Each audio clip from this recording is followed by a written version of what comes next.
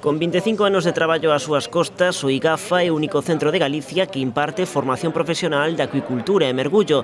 Inaugurado en 1992, polas súas aulas pasaron ao longo destes anos dúcias de persoas chegadas dende moitos puntos do mundo.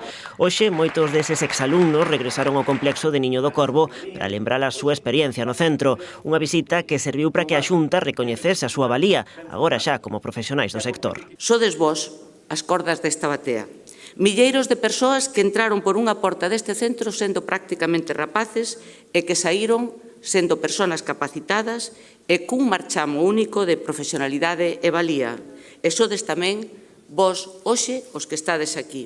Quintana aproveitou para anunciar un incremento dos fondos destinados á formación marítimo-pesqueira nun 2,5% no ano 2018, chegando case aos 9 millóns de euros. O conselleiro de Educación, pola súa banda, reivindicou a necesidade de tender pontes entre os centros educativos como este, independentemente da especialidade a que pertenzan, para que o alumnado mellore a súa formación baseada, dixo, en estándares de calidade e innovación.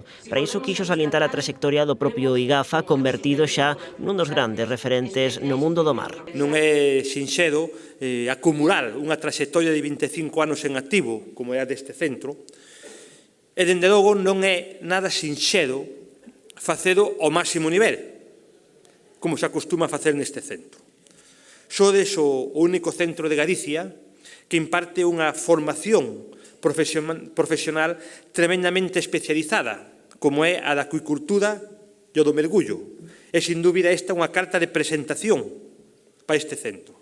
Pero é tamén unha gran responsabilidade